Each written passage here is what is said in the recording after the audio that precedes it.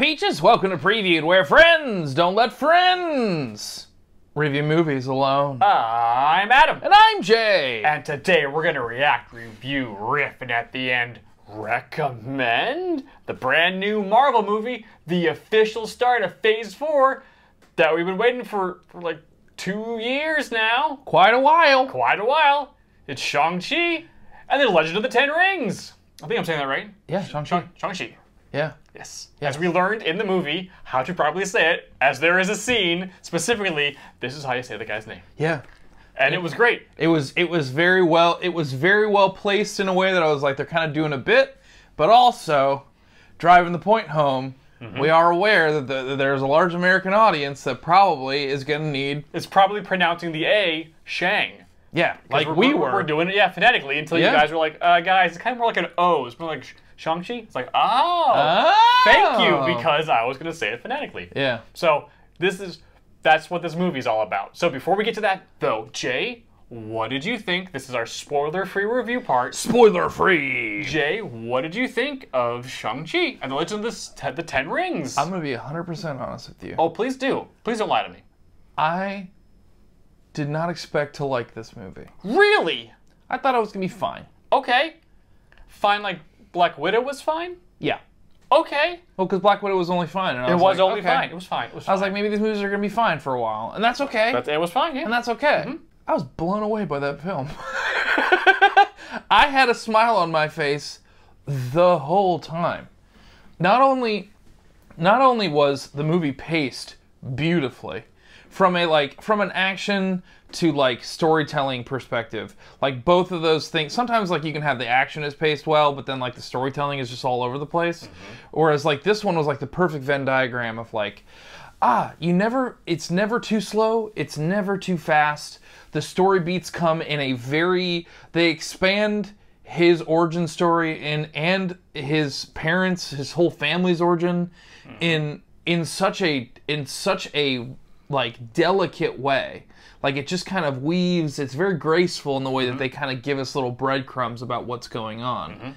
It's just very well done. To hold on that point for a hot second. Hold on. Wait, or I can get closer. Hold.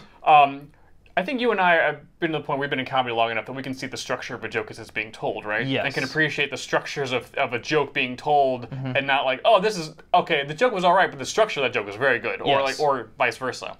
I feel like I at least have gotten to the point where we've been critically thinking about movies and shows long enough doing this channel that like at this point now I feel like Neo at the end of the Matrix. Like I can see the code. You can see it coming. As it's coming. So as this movie is playing, and I'm enjoying the hell out of it, I can see the foundations of all the storytelling elements. I can see like the act beats. Oh, we're at the end of Act 1 now. Perfect call to action. Here we go. They're on the adventure now. Oh, Act 2, the lowest point. Like, I see, like, I'm just seeing all this stuff as it's going. And it plays like music. Yeah. It's the structure of this movie, I should have looked it up who wrote it. But they did such a fantastic job, and I guess, and the guys at Marvel who were maybe just kind of looking over and be like, "You're doing a great job." Yep, just did such a good job of here is a brand new character.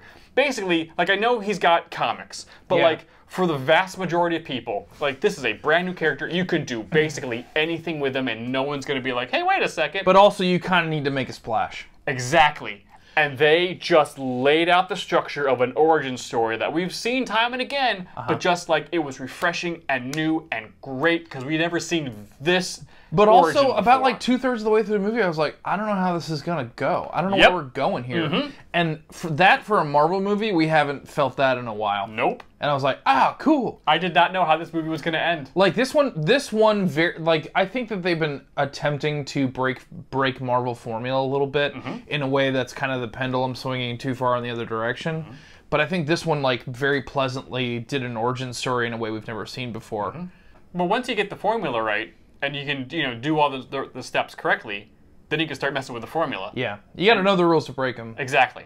And because honestly, I saw this movie ending 3 different ways. I was like, well, they could end it here and like leave. No, we're just gonna keep. Oh wow. The stakes keep raising. The stakes keep. Oh my God. Yeah. Oh, there's so many stakes being raised, and it was just like organic and good and and just. this is amazing. And everything is, for the most part, plausible. Like, in a comic book way, but it was just like, none of these, like, story moves, like, felt forced. Like, and if anything, part of what I really liked about this movie is that they are, like, quote-unquote villain character, they flesh out in such a human way that... the movie was very, for all its, crazy martial arts and mystical beasts. And there was some good fighting in this. This movie was very grounded. Yeah. Even with all the cool martial arts and stuff, it was extremely 100%. grounded. Like, it was about family, man. Yep. It's about family. That's all it was. And and really cool martial arts. It just happened to have, mystical creatures and all sorts of crazy kung fu and, magic. But other than that, totally grounded. Totally. Well, I'm grounded, but also in a sense of... No, I know what you mean. I'm not... Well, grounded, like, in reality, but also, like, I kind of almost felt like he was, like, a ground-level character. Yes. Right? Like the Spider-Mans, or your Daredevils, your the Defenders, right? Yeah. Even though he's got, magical rings, and there's a whole different, parallel universe of a thing we got to defend. Yeah, but they structure pretty early on that he, without any help, knows how to whomp ass, as it were. Which I thought was very refreshing. Because I actually appreciated them setting up that, like, he was... They set him up as the everyman, and then it was just like, hey, I've been lying about who I am.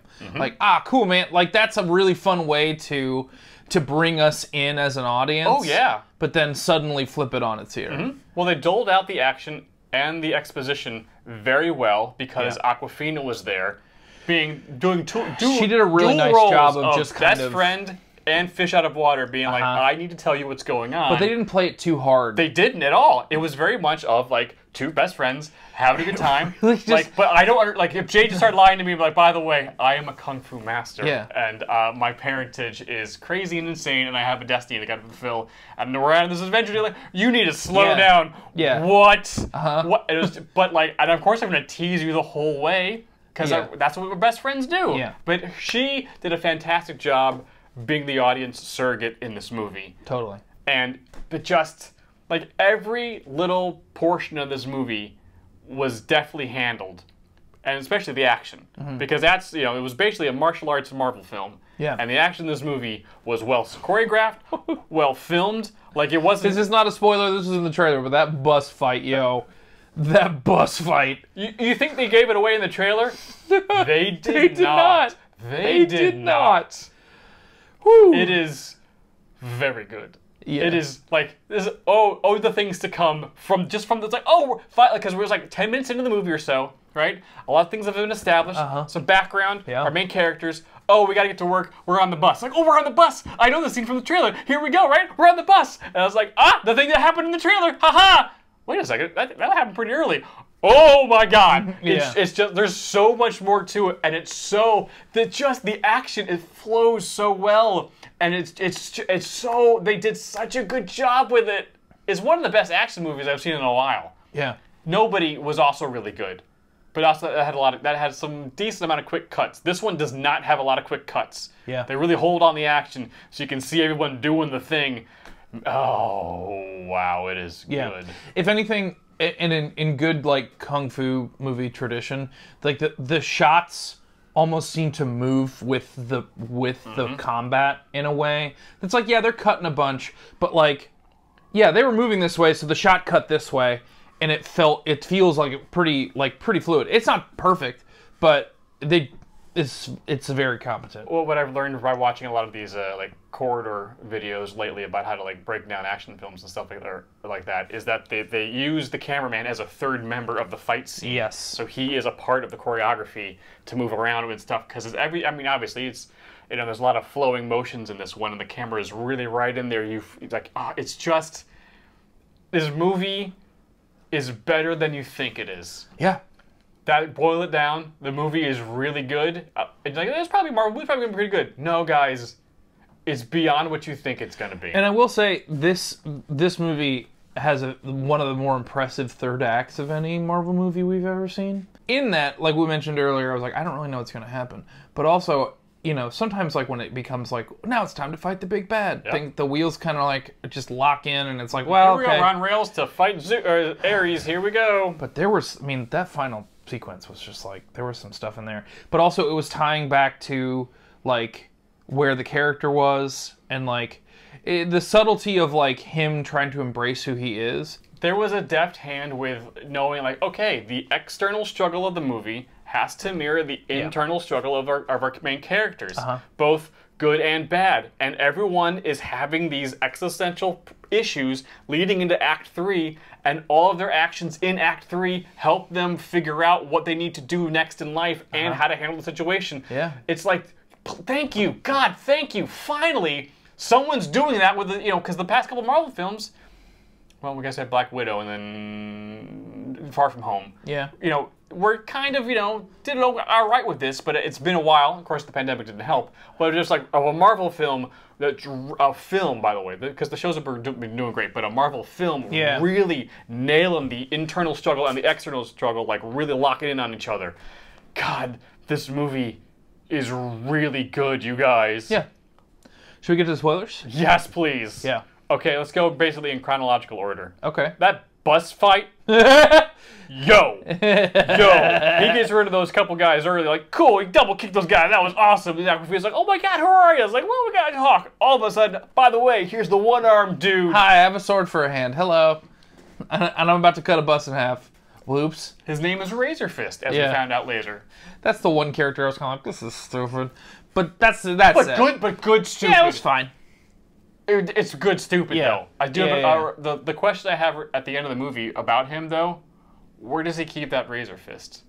Because it's a Wolverine's claw situation, right? Because that thing... It's going up into somewhere. It's like here, right? It's his arm is cut, ends here. Yeah, so and like, the sword just comes out of it. And his wrist works, or his elbow works, but so like, where's that...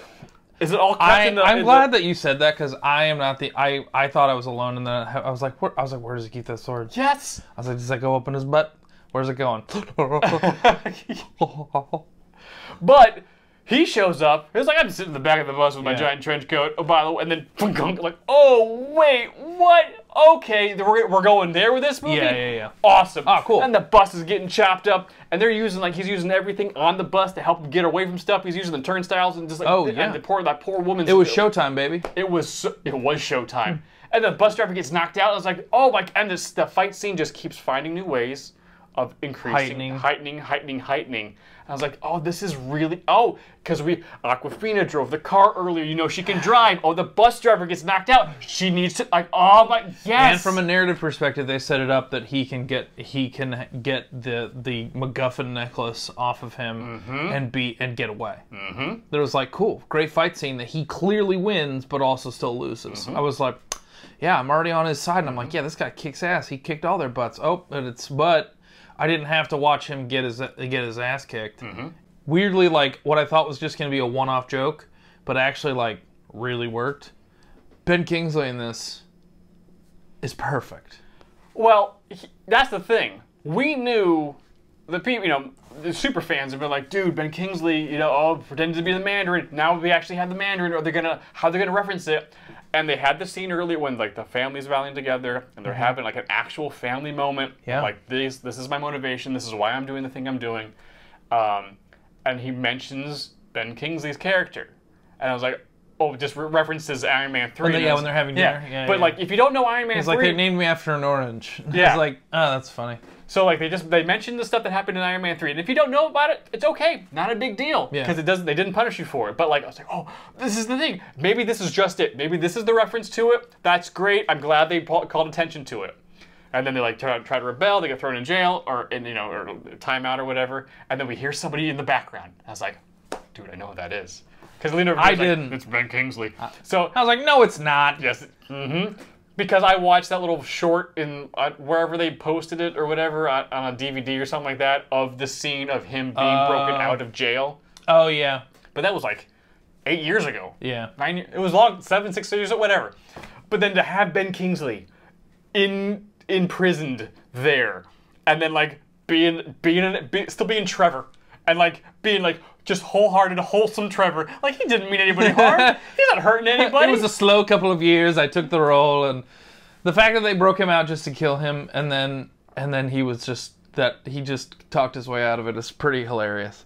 And then like, it's really funny. So they bring Ben Kingsley in, but not only do they bring him in to be like, Iron Man 3, oh, this is great. That's really cool. Awesome exposition. We'll talk about some stuff. He's got to Yeah. go. No. He's actually critical to the movie. Yeah, He's can got a talk to the critical thing that's part. going to guide them to the mystical city. And When Maurice shows up, we were masked up during the movie, but I just knew Jay was making that face. Because this is like, I just wanted to. It was so cute. It was so cute, but I knew this one is like, he's losing it. I couldn't. He was so damn cute. Honestly, this movie has a Jurassic Park moment when they go. What's the name of the Tao Lo?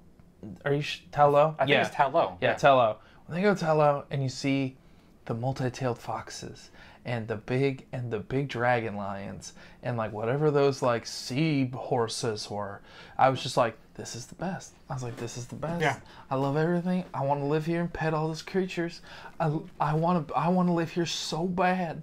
So bad. Because you think like, okay, this movie is about to be a father versus a son. Like the father has expectations for his son. His son's trying to rebel. He wants to do his own thing. That is part of it. But there's so much more. He's got a sister. She's got her own issues. Oh, and there's a magical world where there are Pokemon and an evil soul-sucking Pokemon that's trying to kill the universe. Yeah, man. What? Giratina is just behind that wall and they're going to let him out and it's bad. Don't do it. Like, the fact is like, oh, that's where we're going? Holy crap. This show is amazing. Yeah.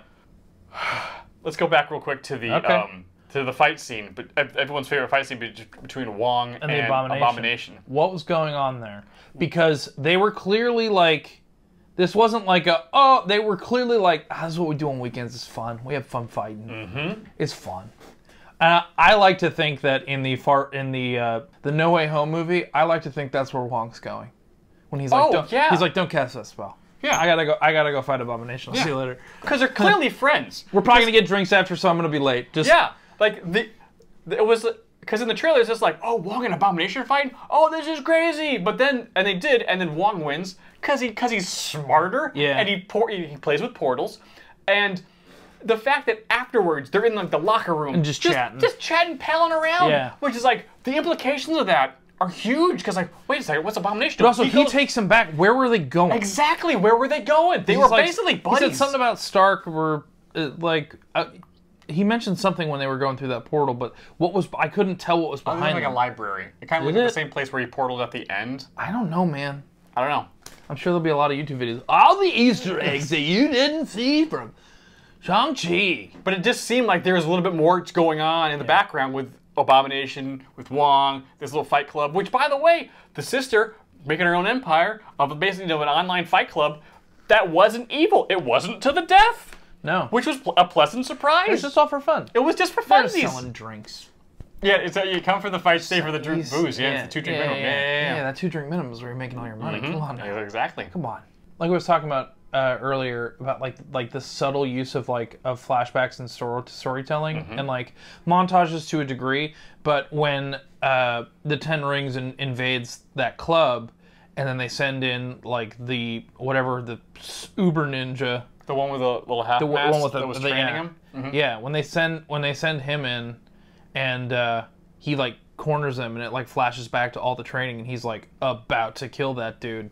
And it's real quick, but you see that like, and then as Shang-Chi's character like evolves, like you see him being like, oh, I don't know if I'm a killer. Like, I was trained to be a killer. I was prepared to kill that guy. I'm probably gonna have to kill my dad, but that's a different thing. Like, I don't know if I'm a killer. Even though he straight murked that big evil Pokemon. He just. Yes, he did. Step of the wind, dude. Just. Well, let's get to that. The final fight. I mean, there's a lot going on. And Michelle Yeoh teaching him stuff, being his aunt, like learning the history of these soul-sucking things that were like killing their entire half of the universe. They were. It was just a big evil dragons. Sure. They looked cool. Yeah, they were cool. I don't know anything about their history, but okay, neat. They served their purpose. Yeah, they did. But that final battle, I honestly thought it was just going to be like father versus son, You know, they're going to. That's it. That's it, and that's going to be it. He's just trying to get to. Yep. He's going to try to save his dad. Because he says like, I'm going to have to kill my dad, and he's heartbroken over it. Yeah. And he's going to get to that fight. He's going to try to kill his dad, realize he can't, and try to save him. Like, Dad, I know you just love Mom. You want her back, but we have to let go. We have to let our grief go. This is the only way forward. We're gonna. Your family needs you. This is bringing us to ruin. He specifically says that. Yeah. And I thought like that's gonna be that's a great final battle between father and son. He's trying to save his dad from his grief. Awesome. But there's a giant dragon door back there with an evil soul-sucking dragon that's trying to get out. Yeah, there's evil dragon, and then there's good dragon, and then there's a big old dragon fight. This movie has a dragon fight. It has a dragon fight. In no way did I expect a dragon fight. Awesome. It was awesome. I'm gonna be 100% honest with you. I thought that the soul sucking one was gonna. I thought he was gonna suck the soul of that dragon, and it was gonna be like, how are we gonna get out of this pickle? I was like, oh no, please don't kill the dragon. I will cry. He is beautiful, mad, and majestic. I want to hug it and ride on it so bad. It looked kind of like Falcor, but scaly. It was awesome. It was kind of like Falcor. Yeah, it was really good. But then Shang-Chi gets half of the rings, right? We were talking about this a little bit on the way home. Yeah. Is that the final battle actually has 3 acts in and of itself. Yeah. That which we don't see very often. We really don't, and not this well scripted, as it were. He gets his butt kicked by his dad in round 1. Yeah. Before getting to the door. Yeah. Then he goes over to the door, and then gets half of the rings. Yeah. And is like holding his own. I'm gonna be honest. Him with the ring spinning around him, I was just like, this is that good. Like everything's been great up to this point. I'm enjoying this movie, but when he was just walking and the rings were spinning around, All like, 10 of them, or just either or. Okay. I was just like, this is that good Marvel shit. Ooh, woo, woo! Well, like he gets 5 of the rings, and he's holding his own. There's some very inventive moves with the rings, like kicking the rings into it's really cool. But when then we realized that his mother was just basically training him how to use them. Yep. God, and then he pulls back his hands, and either does it was like oh, is he gonna do a Kamehameha? It's more of a Rasengan because the rings were spinning to generate the energy. So I'm gonna go Naruto Rasengan. But then he goes like, you know what? No, I don't want your power, Dad. He gets the power and rejects it. And I was like, Dad, this is not about this. I'm just trying to save you. Yeah. Because he could have just taken the rings there, beat his dad, and the fight's over. But he rejected it, and that was such the right move. Yeah, it was so powerful. It was so powerful. It was so well done, because then it allowed his father to atone for his actions. Yeah. And then gift him the rings. Yeah. Which was a huge character moment. Finally resolving himself, but it was basically a Vader moment. I want to see this movie again. It's really good. And I'm not normally like that, but I was like, Kimberly, I was like, we're probably seeing this over the weekend again. I'm just letting you know. Yeah. Oh. And then the giant evil dragon breaks out. A dragon fight out of nowhere happens, and it's fantastic. And then he throws the rings inside the evil dragon. Yeah. And then just gibbs them. That dragon got gibbed. Yeah. You were angry that the Hulk didn't get gibbed in What If, but this dragon. Ooh yeah. There were dragon gibbs everywhere. They're gonna have to move from that. That town is gonna smell for a long time. Like y'all, we're gonna have to set up camp somewhere before we can clean all this stuff out. Cause woofa doofa, that thing has been locked in there for a while and it reeks. Do you know what I also love about this movie? What do you love about this movie, Jay? From a Marvel meta perspective, they have now given us another magical material. Because not only do we have vibranium, we have red dragon scale. Yeah. I was like, yeah. When he got that up, I was like, yeah, man, yeah. I thought you were going to mention the after credits scene. Oh, Wong's like, hey, we got to go talk about something. By the way, welcome to the circus. Yeah, perfect. What are these? Because, they're not vibranium. We don't know what they are. They're not Chitauri, and we don't know what this is. But apparently it's sending out a signal to something. Yeah. Because I was thinking during the movie, I was like, this is great. During the movie, I can't wait for the sequel. I can't wait for more of this. Yeah. I can't wait for more of this cast. Yeah. Everything's fantastic. This guy is amazing. I want more of this. They also have a firm handle on who this character is. So Jay, would you recommend Shang-Chi and the Legend of the Ten Rings? Yeah, I'll go with you. Just get if you buy me a ticket, I'll come. I want to go again, like right now. I like that. I don't remember the last time I had as much fun watching a Marvel movie in the theater since like Well, I mean, and Avengers doesn't count. It does not count. This is a fun movie. The stakes are not like, oh my god, the universe is at stake. I haven't had this much fun watching a Marvel movie since like Guardians 2. The Guardians are fun and like they feel like, you know, your good time gang and like it has totally its own vibe and I love that. This one I was like, yeah, this is a superhero, and I can't wait for him to fight supervillains. Like, it gave me full-on superhero vibes in a spectacular way, and I can't wait. Yeah, see this movie immediately. Let's go. See it. You're probably gonna want to see it twice. Go. It's really good. Guys, Phase 4 is here, and hold on to your butts, tape them shut. It's coming. It's really good, and we were talking a little bit about this afterwards. That I really want Iron Fist to be back in the universe because I feel like them interacting would be great. I think that ship sailed, bud. Well, I mean, multiverse now. Sure. So like, they can recast it. It doesn't matter. Second season of Iron Fist is pretty good. If you didn't watch it, go watch it. Second season's good. It's pretty good. Or maybe just bring Connie in with the fist. Honestly, bring Connie in with the fist and the white sword. Yeah, the second season of Iron Fist is amazing because it truly sets up Heroes for Hire, and they never did anything with it. So if you like Heroes for Hire, watch Iron Fist season 2.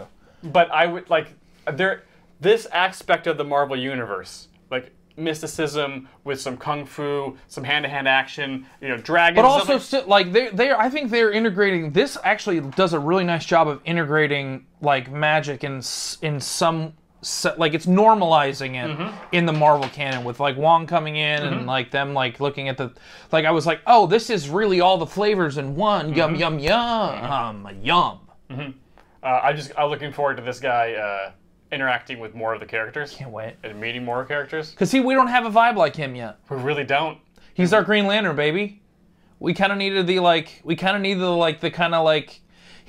like wants to do a good job, but he doesn't take it too seriously, and he's kind of fun. Yeah. Yeah. And he was trained in secret by a bad guy the whole time. He's our Green Lantern. All right. Well, he's got magical space rings. He's got 10 of them. Orange Lantern. Well, what did you guys think of this movie? Let us know in the comments below or hop on our Discord channel where lots of fun, cool people are talking about lots of fun, cool stuff. We'd love to have you join the conversation. Links down below in our description box. So while you're down there, please like, subscribe. Do that YouTube that you do so well. Guacamole's extra, you 10-ring fighting weirdos, you. Go get them. All 10 of them. Gotta collect them all. Yeah. Yum yum. Other videos popping up right? Yeah. Please watch this. We would appreciate it as much as we appreciate you watching this one. We'll see you guys next time. Bye.